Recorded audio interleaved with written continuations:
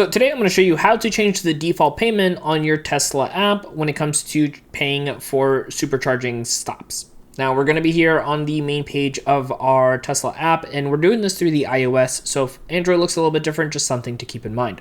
So here on the main page, what we're going to want to do is go ahead and click on the hamburger icon on the top right hand side. And then from this section, we're going to see a couple new settings, one of which is going to say charging. We're going to go ahead and tap right over here. And from this section right over here, we're going to see another setting that says manage payment. We're going to tap right over here. And then from here, you're going to see your billing address. But then next up, you're going to see your payment, and you're going to see one current payment and then a little arrow down here on the side. We're going to go ahead and tap right over here. And that's going to bring up this new menu right over here, which you can go ahead and tap on the other card you want to make your default. And then it'll go ahead and do that in real time right over here. Now, if by chance you do not have another card on file, you also saw that there is a way to go ahead and add a card, which you can go ahead and do right over here. Now, if you'd like to keep on learning with more content, check out our next video right over here on screen.